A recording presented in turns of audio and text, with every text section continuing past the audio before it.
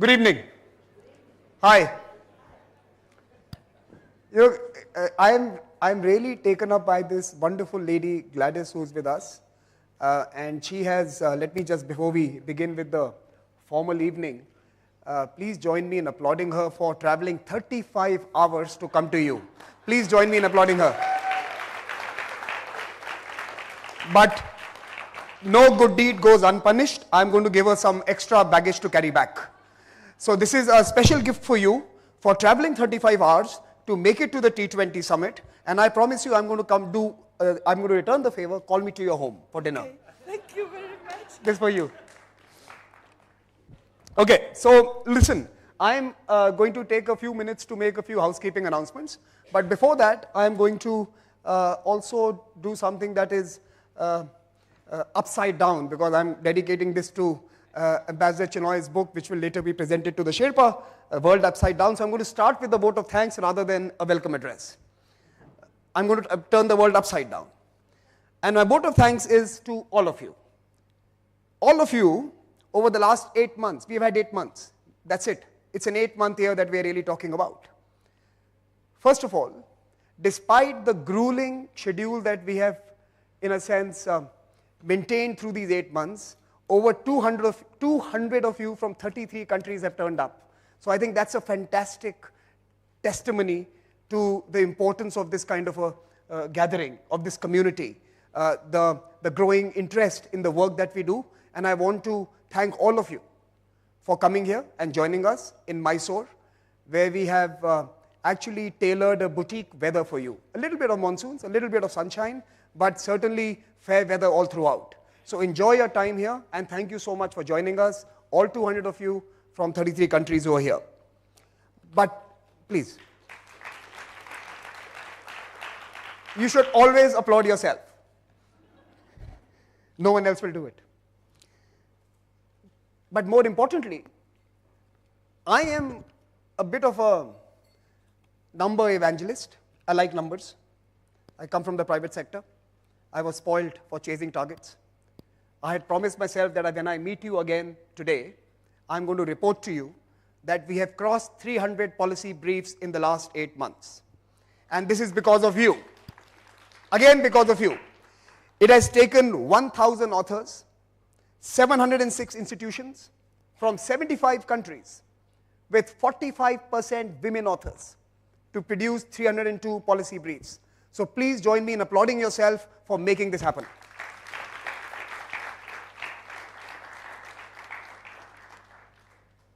The T20 has also hosted 64 events in person in 16 cities in India and 6 cities overseas. We have had a physical event in every continent of this world. Elon Musk will take us to Mars, but till then, we have done the best we could. So please join me in applauding yourself.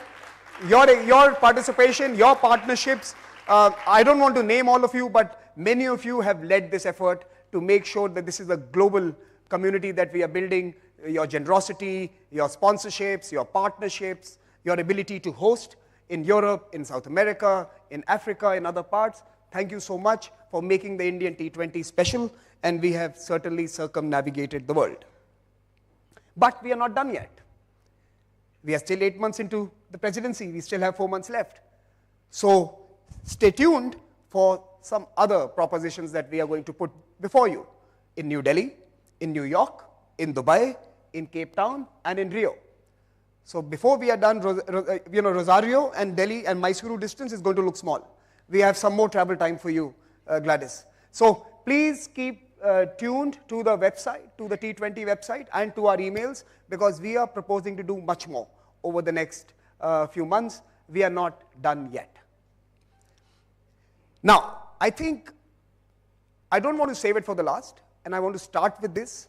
I really think that we should start this conference by applauding 32 unnamed individuals who comprised the T20 Secretariat and made all of this possible.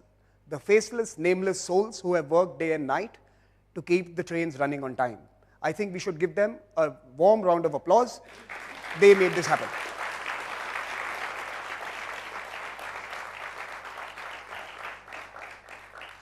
I also want you to applaud the chairs and the co-chairs of the task forces.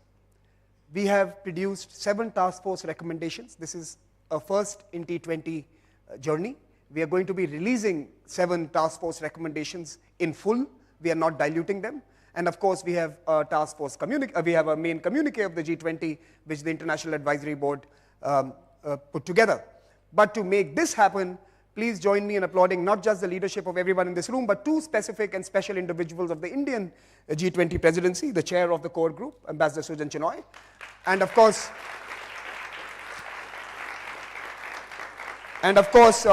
the Don Johnson of Indian G20, Sachin Chaturvedi.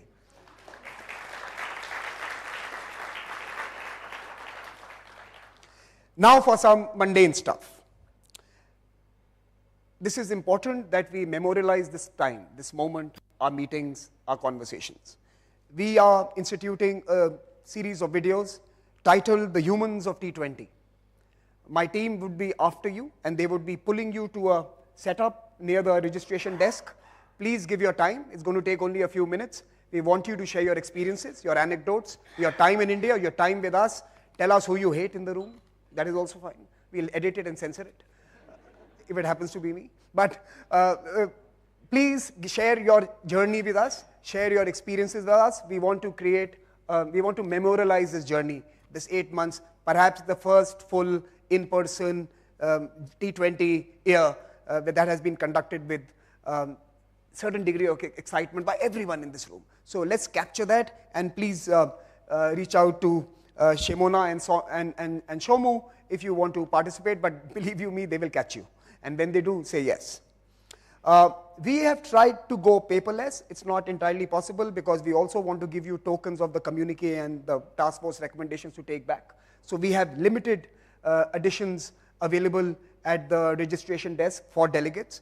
Everyone else is invited to download using QR codes and through the website. But the agenda is also on your batches. It's also on the standees outside. It is also on the screen right now. So you can download the agenda and you can continue to track it every morning because times will change. We are dealing with lots of important people, most of them sitting in this room this evening, and many of you have schedules that may change suddenly and we will have to move things around. So please check the morning schedule. Please also check instructions sent on email and through the notice board regarding the transfers on the buses that move between the 2 hotels and the buses that are going to take you to different parts of the city. We have a rich cultural component. This time, we are rewarding you for the last 8 months by being less in the room and more outside the room. That's how the program is designed. We want you to experience Mysuru. Many of you have traveled far and wide. We want you to take a little bit of this town back with you, of this part of the country back with you. So please use the QR code and update yourselves on things that may be changing. Follow us on social media. We are literally there on every medium. We got 3 or 4 platforms from our colleagues in Indonesia. We have added 2 or 3 more, but every platform has the same hashtag, T20 Summit. Please use it. Please tag the Secretariat, and we will repost it, and we will amplify your thoughts and your views as well. And of course, let's really bring out some of the best ideas that are going to be presented through recommendations and communiques in the next few days. There's a help desk at the lobby. If you have any queries related to your travel or logistics or anything else, there's a doctor on call. There's a fire brigade also. I mean, don't set fire to anything, but there is a fire brigade also, I can see. But if you have any questions, any queries, do reach out to the help desk, do reach out to any of us, do reach out to the Secretariat, and of course, we will try and attend to things that you may need. Now, with this, I am ending my vote of thanks. Thank you very much for joining us. Thank you very much for making the time and the effort to come to Mysuru, which is a brilliant, beautiful city. And I'm now going to move to the business end. And to do that, I'm going to call on stage people who are leading many of these conversations that have happened in the past 8 months and are going to be shaping the ones that are ahead of us. So let me first invite Ambassador Sujan Chenoy, Chair of T20 Core Group and Director General Manohar Parikar Institute for Defense Studies and Analysis. Ambassador Chenoy, please join us on stage. Can I invite Luciana Servo, President of IPIA, Brazil? You have an interesting year ahead of you, Luciana. Let me invite Professor Bambang from Indonesia, who was the chair. And I'm going to ask you, Professor, if you are okay, if you are happy with our progress. You gave us the baton, are we doing okay? You have to judge us. Okay. Yeah? And of course, let me invite my friend Elizabeth from SIA. Elizabeth, please join me on stage as well. And we are going to talk to you about the communique that is going to be released post this discussion. So thank you very much for joining us. And Ambassador Chinoy, I'm going to start with you, Ambassador Chinoy. And I'm going to basically ask you your key takeaways, impressions, and assessments of what we have done together in the past 8 months, and certainly sitting today as we release the communique, your perspectives that we can all benefit from. Well, thank you very much, Dr. Samir Saran, and I want to thank particularly each one of you for finding the time to be with us over here at our grand finale in Mysore for the T20 Summit, and especially members of the International Advisory Board as well. 8 months, it has been a memorable journey for me, and as Dr. Saran just informed you, 300 issue papers, 1,000 authors. So there's obviously a great deal of ferment in the T20, many new ideas, suggestions and recommendations, and these have found their way into the T20 communique. They've also found their way into the communiques of each of the 7 task forces.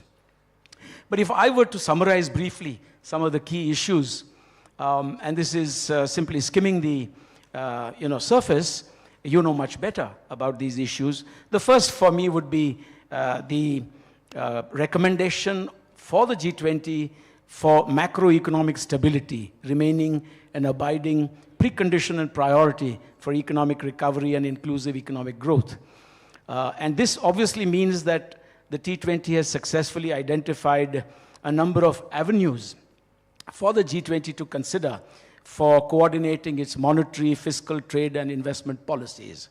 Second, the T20, in my view, more than any other in the past, has underscored the importance of the digital economy as a unique chance to advance the SDGs as well.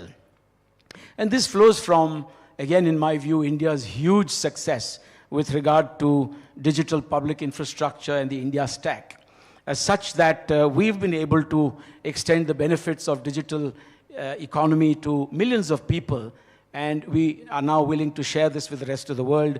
A number of countries like France, Singapore, the UAE have already shown great interest. And I do believe that an inclusive DPI would also make for extending better healthcare around the world. 3, the uniqueness of the Think20 lies in steering our discourse towards the pressing challenge of climate change and environment protection, and particularly the linkage between the two. And we have succeeded in offering practical solutions, in my view, for responsible consumption through the Lifestyle for Environment mission, which is, as you all know, an idea of the Prime Minister of India. It's been further refined by each one of you, I dare say. The Indian Presidency, 4th point, has laid great stress on the need for global climate governance and especially enabling developing countries achieve their goals with regard to energy security. So this lies at the heart of the issue, energy security, energy sustainability, and energy access. And above all, the Presidency has highlighted the urgent need for a just and inclusive energy transition. 5th point, another success this year is our bringing back into focus the importance of the 2030 SDG agenda, especially gender equality and women-led development. It is a cause of major concern, as far as I'm concerned, that at the halfway mark between 2015 and 2030, only 12% of the SDGs have actually been achieved. 6, our work has successfully focused on reimagining the global financial architecture, especially the structure and functioning of MDBs and IFIs. But without commensurate and adequate capital, including low-cost hybrid finance, I would venture to say that it would be very difficult to achieve any kind of results on any major collective goal. 7, and this is the second last one, an adjunct of this is our thrust on reimagining multilateralism. The dysfunctionality in the multilateral order suggests that we make even greater efforts to reform the UN-led structures, not reject nor confront them. This is very important. We need to seek to better them, not to oppose the existing structures. 8, and this is really the last point, in a world beset with confrontation and polycrisis, the need of the hour is to have an inclusive and representative dialogue to address common challenges. And that is why Think20 has recommended that the G20 should permanently include regional associations from underrepresented regions of the world, in particular the African Union. So this, in my view, is the broad summary of what I think we've all achieved together. And I'm sure that the co-panelists will have much more to add on this. So thank you very much, Dr. Samir Saran, for bringing us to this point where we are extremely happy to be in Mysore. It's been very successful and very memorable. And the credit also goes to your hard-working secretariat. Thank you.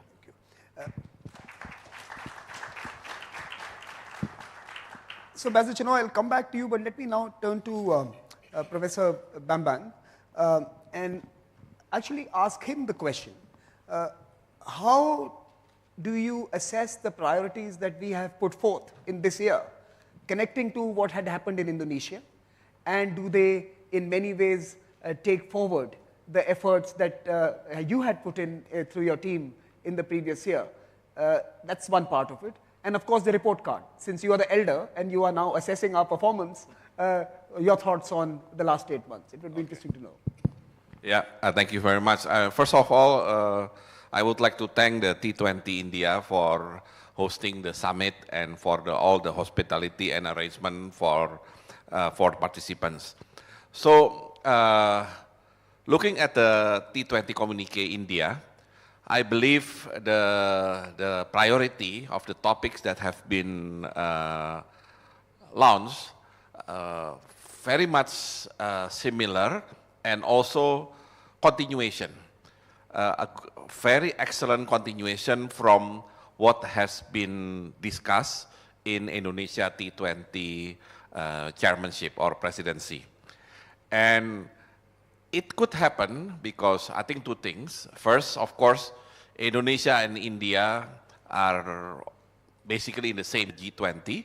We are emerging economies and with relatively a significant amount of population, and we also have quite similar development issues.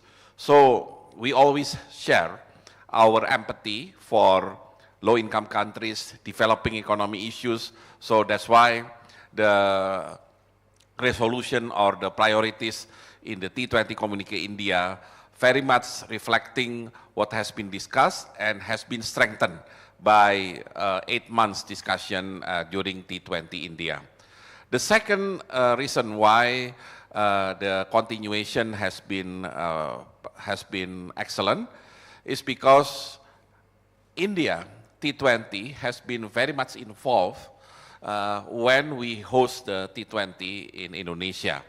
I remember participation from the very first meeting, at that time still online, for the inception, and finally in our T20 Summit, we still remember the significant presence of India delegation of the T20. And of course, another aspect is the very good collaboration with the T7. If you remember, of course, the T7 is the first T7 in Germany. And with the T7 Germany, led by Dr. Dennis Nower and Anna Katarina, I think they have been very much helpful, not only to work with us to discuss issues of our common interest, but more importantly, we can understand each other, that sometimes the issues that overlooked by T7 needs to be revitalized or reinstated by the T20.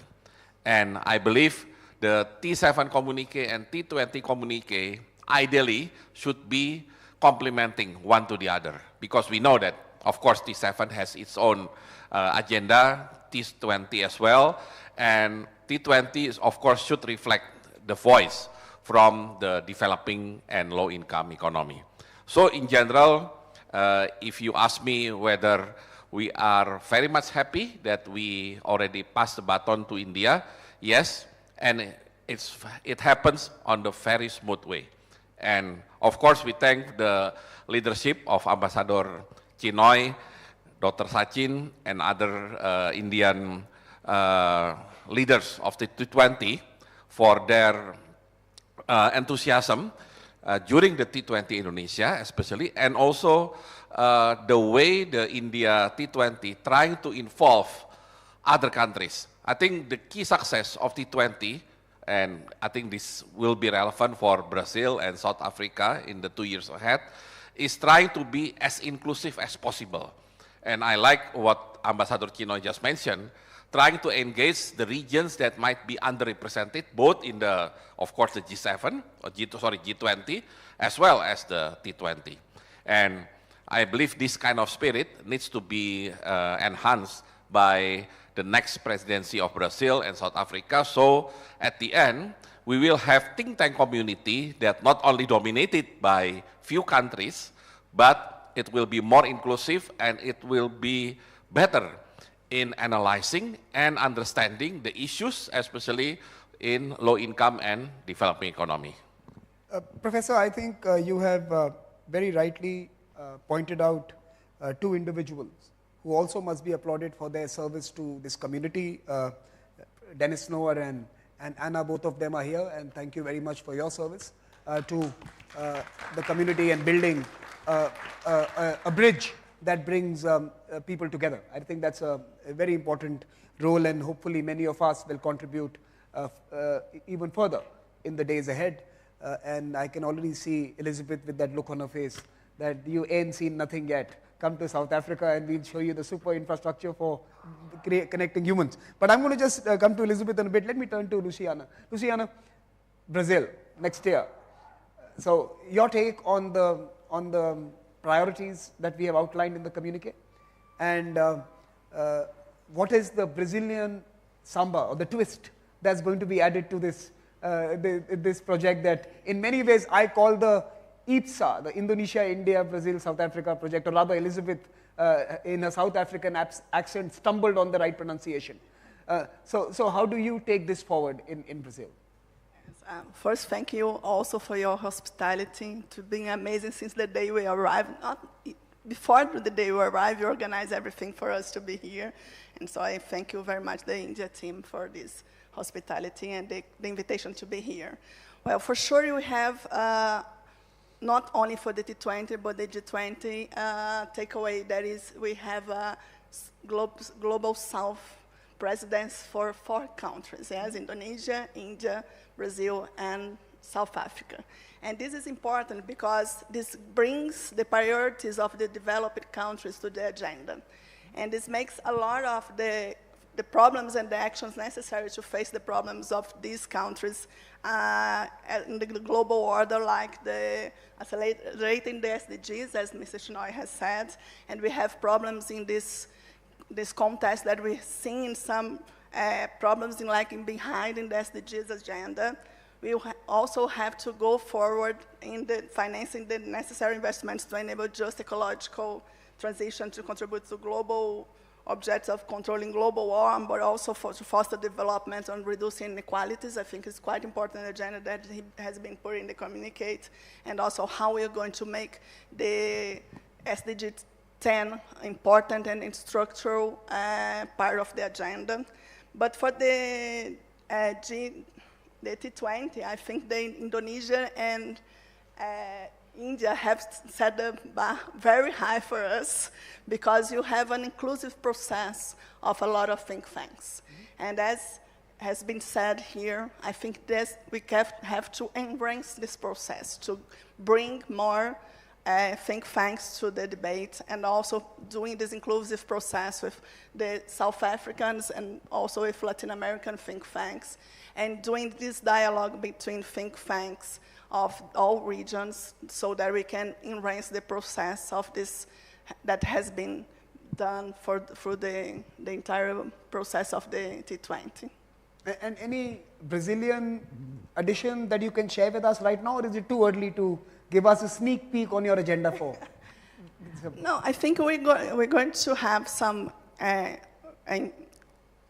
pretty strong quote on like the inequalities and poverty and hunger agenda. That is quite important for Brazil, but not only for Brazil, it's been part of this agenda. The gender equality is also an important part of the agenda. The multilateralism reform of the multilateral system is also part of the agenda in Brazil. I think they're also accelerating the SDGs is quite important for Brazil also.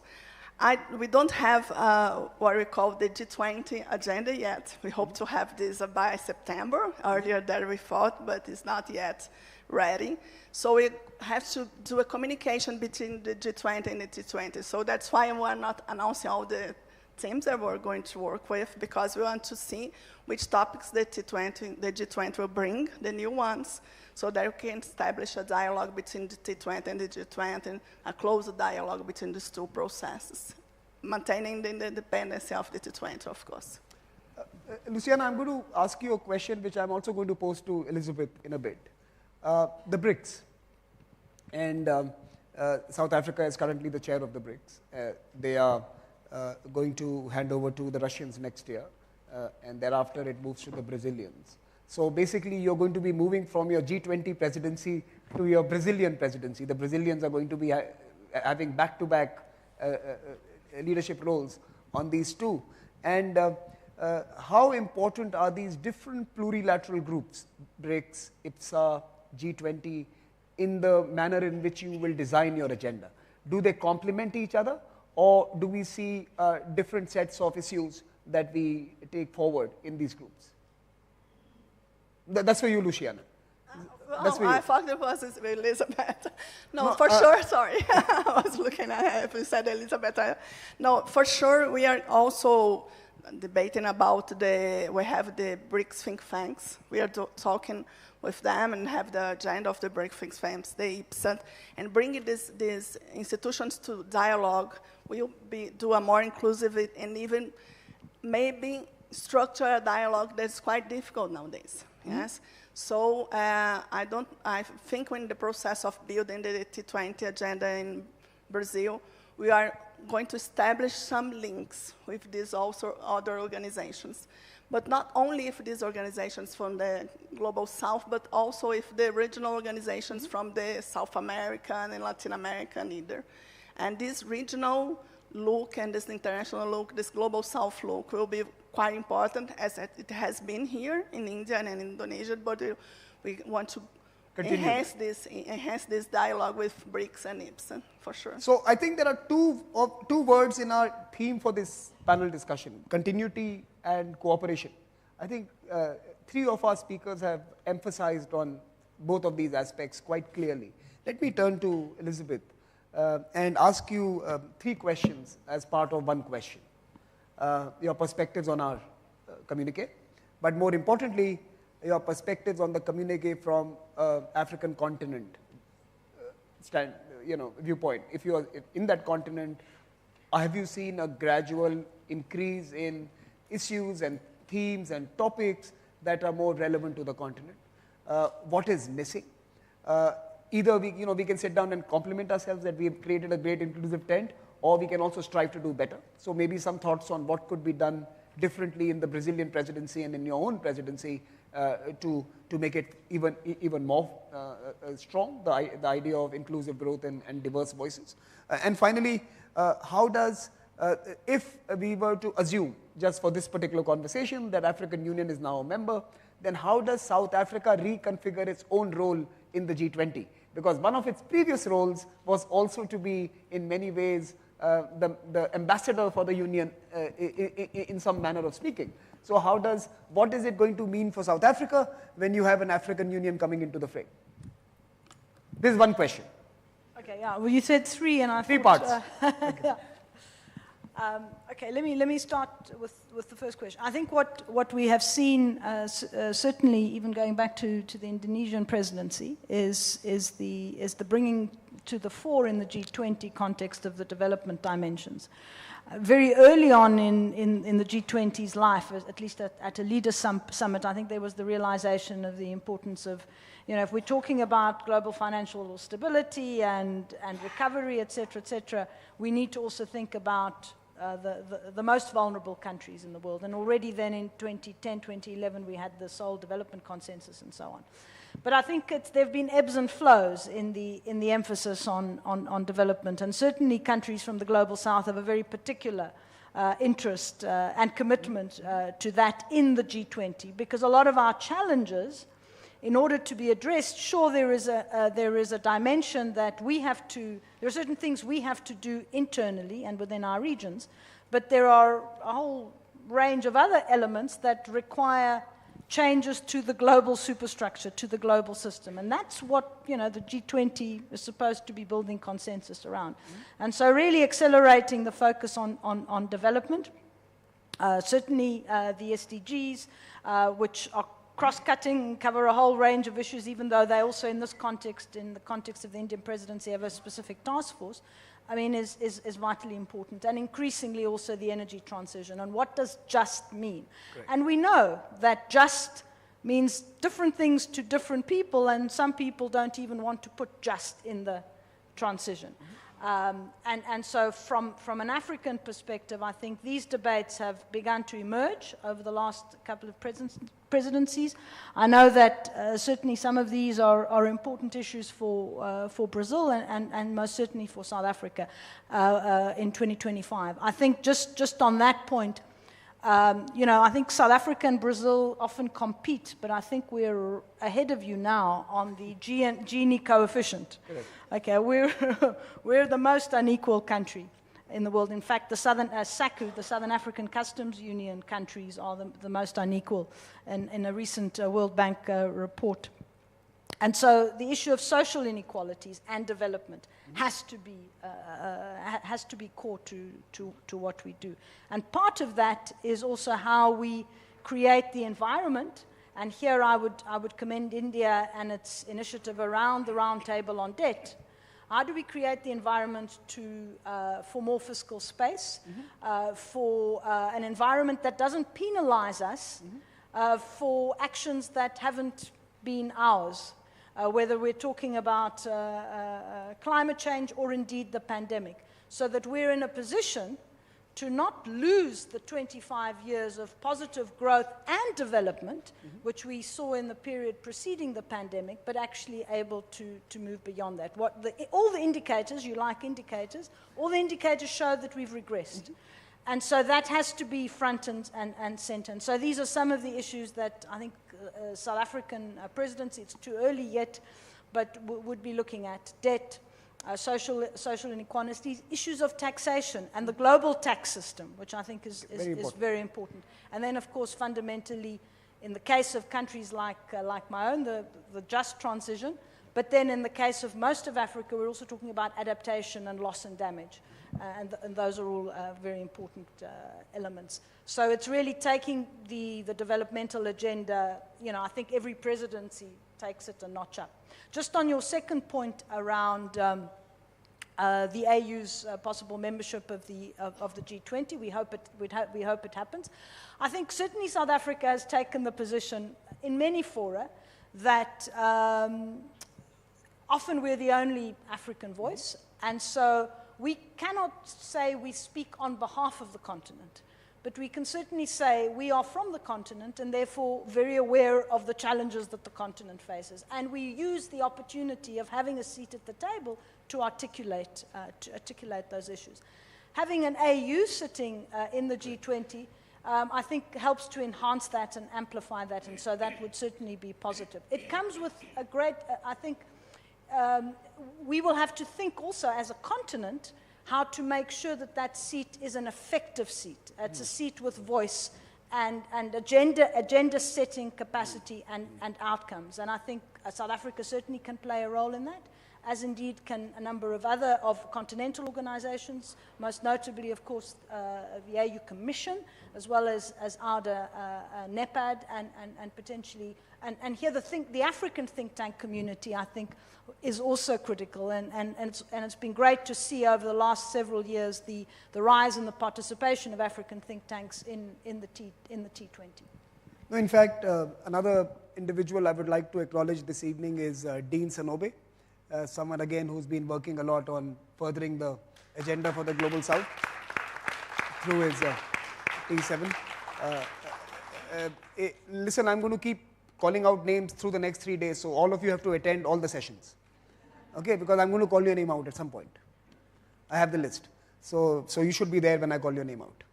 But thank you, Dean Sanobe, for your efforts and for building bridges and including voices and giving them the bully pulpit sometimes to set the agenda, as you mentioned, Elizabeth. I'm going to turn to the final part of our conversation this evening.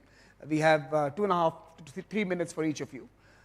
Look, one of the frustrations in this part of the world is that we can come out with these communiques and outcome statements and documents, but who cares? Eventually, you go to a WTO that is run by its own bureaucracy.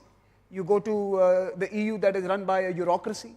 You go to the World Bank that doesn't have anyone running it. And you have these institutions that are dysfunctional or rather that are committed to the ways that they've been operating for decades on.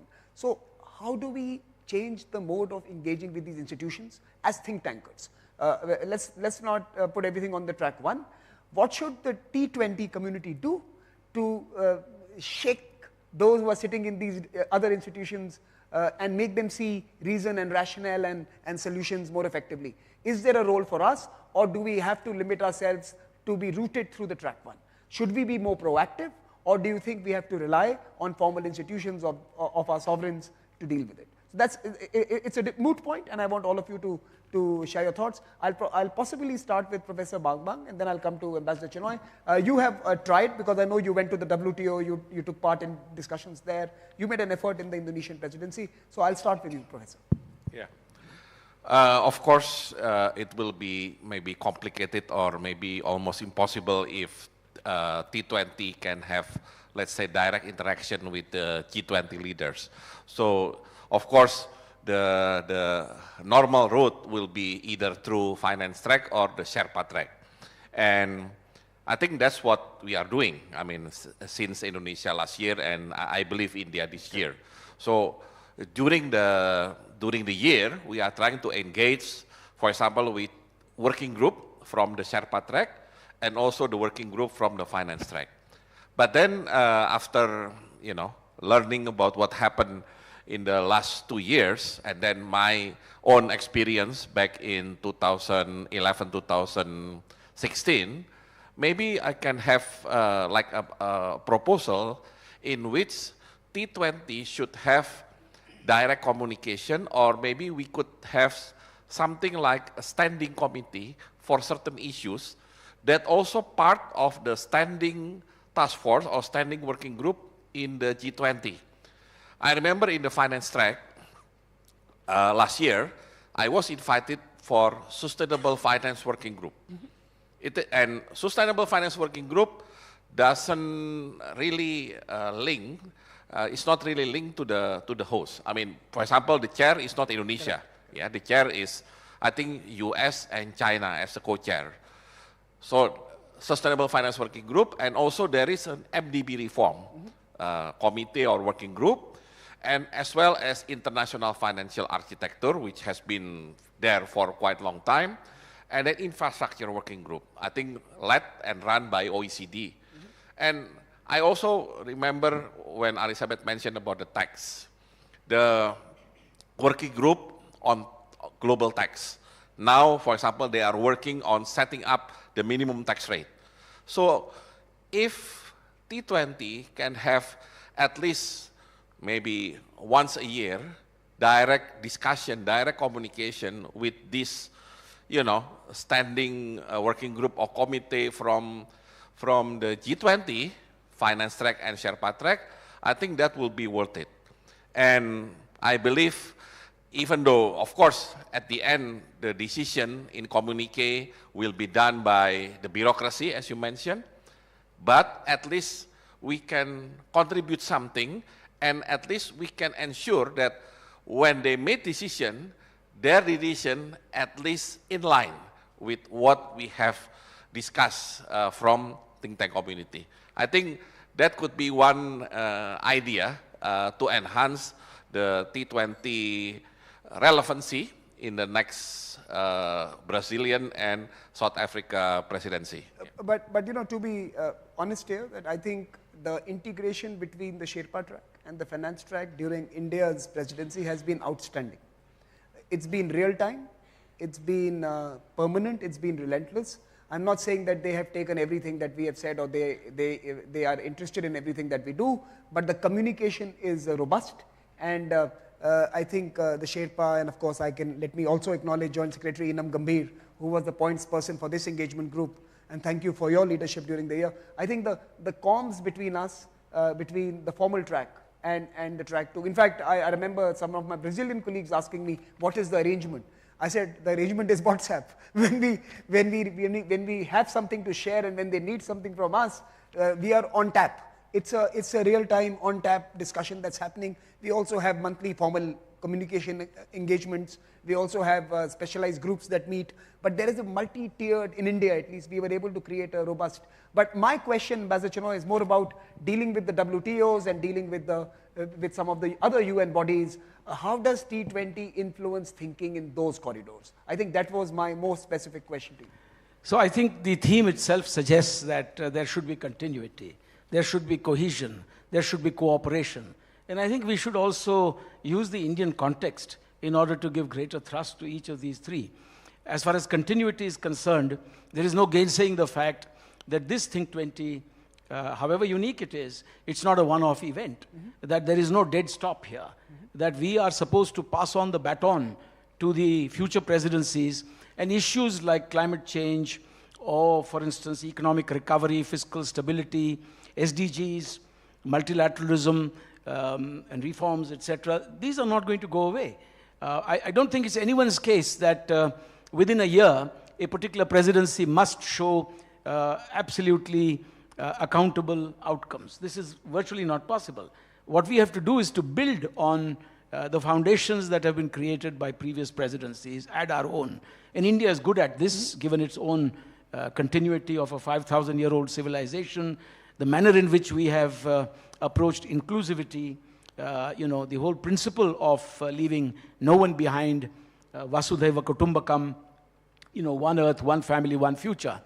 As far as cohesion is concerned, I think it's, again, vitally important that the Think20 allows us to work together, not only among ourselves at the broadest possible level, but increasingly engage think tanks in different countries. Each year we must take stock of which countries have been left out of this process and try and include them. We must also include the youth. If we don't include the youth, then we will have a hard time justifying some of the decisions that we take. So our preamble tells us, we, the people of India. The United Nations tells us, we the peoples. India has shown the way forward in this G20 presidency by actually involving 1.4 billion people. But it's time to also involve the rest of the world in every presidency. The last bit is cooperation, which comes naturally to India in terms of the external engagement that we've had, whether it's the International Day of the Yoga, or the International Solar Alliance, or the Coalition for Disaster Resilient Infrastructure, or Infrastructure for Resilient Island States. Every one of these fields we have shown our ability to cooperate. And I think this is something that we want to pass on as a thought, as a benchmark. As an ethic too. As an ethic. But don't forget the youth. Don't forget the girl child. Don't forget think tanks in countries that have so far not been included. Don't forget the think tanks outside of the capitals. And this is something that's vital. Thank you. I think these are very important thoughts. Elizabeth, one of your colleagues asked me to speak on the presidency. They ambushed me at the other hotel, and I obliged because they came with your flag. They came with your insignia, and I remember telling them that, look, till Indonesia, the G20 was serving 1 billion people. Post Indonesia, we are serving the next 7 billion. And in a sense, we have to make this a organization and an institution that doesn't speak for the planet but serves every human. And I think that's the nuance we need to somehow find. So Elizabeth, over to you, and then final words to Luciana. Elizabeth, first to you. Yeah, no, I think that's an absolutely important point, because sometimes, you know, we have these very rarefied conversations in meetings such as these, on conferences, where so, you know, people come to me afterwards, where were you? I was at a T20 Summit, and you tell them what you discussed, and they say, so what? And the issue is how is what comes out of the G20, let's talk about the G20, actually will have an impact and has an impact on individual lives. And I think that's an important thing to consider. And when we're talking about the African continent, which is the most underrepresented, but also the one where we have a significant number of least developed countries, that's also part of the thinking and reflection in terms of the of policy engagement. I think I want to make maybe two or three points. The first one, of course, is that we have these institutions, but these institutions don't operate in a vacuum. These institutions are the result of the way in which member states, because they're intergovernmental organizations, operate. When we as member states, the G20 members are members of these organizations and play a critical role, they're systemically important, allow these institutions to paralyze, then it reflects on us. Then it reflects on us. So I mean, that's the first point. The second one is that, of course, these institutions, not necessarily all of them, are often participating in the G20 discussions. And so the issue from a Think20 perspective is also that our engagement group, or the people that our policy engagement, should not just be through necessarily the formal tracks that you have now, which I think is really good. It's important to have these meetings. It's because I don't think, you know, they do not read. We've been told they do not read 300 policy briefings. Correct. Okay, so that immediate engagement is very critical. But at the same time, that actually a lot of the work that comes out of these think tank discussions needs to also be taken to these bodies when they meet, whether it's the UN General Assembly or the WTO or the WHO or whatever. So it's, at the end of the day, we don't take the decisions, but we can certainly be much more active at one level in terms of engaging at the intergovernmental with the institutions, and at another level, and this also speaks to the human dimension, it's engaging with communities that don't often have conversations, but often have very strong views and ideas and good ideas, and have a very strong understanding of the context in which they have to live their lives. And I think that... No, thank you, Elizabeth. I think you raise an important point in just sharing it with all the community members here. While, of course, by design and by our DNA, we have to defend the long form and the research element of our lives. We have to defend it, but we also have to be nimble and agile and communicate it in a manner that is digestible with those in positions to make use of it. So I think we have to play at both ends of the spectrum, defend the long form and be agile with your comms. And that's the new frontiers that... Yeah. The long form provides the evidence. Yeah. The evidence and of course, Instagram the audience. So how do you take the evidence to the audience is the $1 million question. And we this year have tried to do it. We have tried to introduce new platforms and new constituencies. And again, I remember the Sherpa who's now joined us. So welcome, Mr. Kant. He's joined us this evening. I remember him telling me, don't give me such copious material because no leader will read it. Tell me what are the 5, 10, 15, 20 great ideas you want us to chase. And by the way, he says that I have to do the same with my colleagues and co-stakeholders. So in some sense, all of us, we struggle with time and we have an explosion of ideas, and we have to somehow find the golden median. Luciana, the final word of this panel for you, institutions. Yes, I think that besides bringing African Union or regional institutions, we are talking about coming some recommendations earlier in the process, like before the midterm summit of the G20, so that you can have some of our recommendations, work on it, and so you can progress from there until the end of the year, building this process with the G20 tracks. Besides that, we have to bring other engagement groups to see if the message that we putting forward their understanding as advocacy for some topics of the agenda, and also how to train the national, international think tanks that are not part of the process yet, so that they can engage in the process. So training is something that we are thinking a lot about during the Brazilian presidency, because there are some important small think tanks that works in some agendas, specific agendas, but are not trained for a global deliver, or also for a global debate, more for a regional debate. So also thinking about this training process will be quite important for us. Great. So I think that's been a wonderful discussion to, in many ways, capture the communique, the ethic, the discussions that took place over the last 8 months, and the recommendations